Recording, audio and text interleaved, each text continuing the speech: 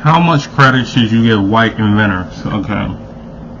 When I think about white people in general, I'm thinking about all that they have brought to planet Earth, all the creative things they brought, all the misery and destruction they have brought.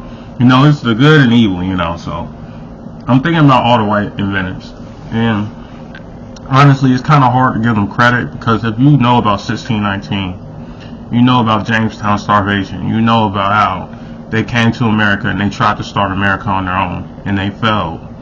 And they needed assistance of the indigenous population. And they started, I guess, recruiting the indigenous population and then assisting with the Red Indians and killing them off as well. So it's a tough conversation to have, but I would give them more credit if they did it on their own, but they didn't do it on their own. So I definitely believe you can't move to a different country and magically become smarter. You can't move to another country and magically just start being the smartest inventors and have the most inventions under your name. Because if you were able to do it, you wouldn't have enslaved another group of people. You would have just started inventing things and started creating magical inventions that just progressed the world 10 times faster. But I honestly believe I can only give white people in general like 25% of credit when it comes to their inventions. Because in the back of my mind, I feel like they stole it from somebody black, or they took credit from somebody black who actually did the hard work and labor. And I think in general, that's what it comes down to when it comes to just inventions and just innovations. I always believe there's someone black in the room that's doing the most work, and they're losing the spotlight, and the spotlight is always focused on the white person.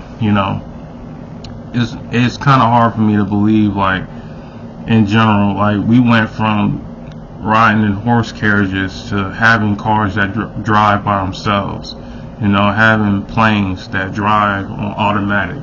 We went from this to that so goddamn fast, and part of me believes it's because of after 1865, black Americans gained the ability to read and write, and they just started inventing things left and right and just started progressing America very, very fast.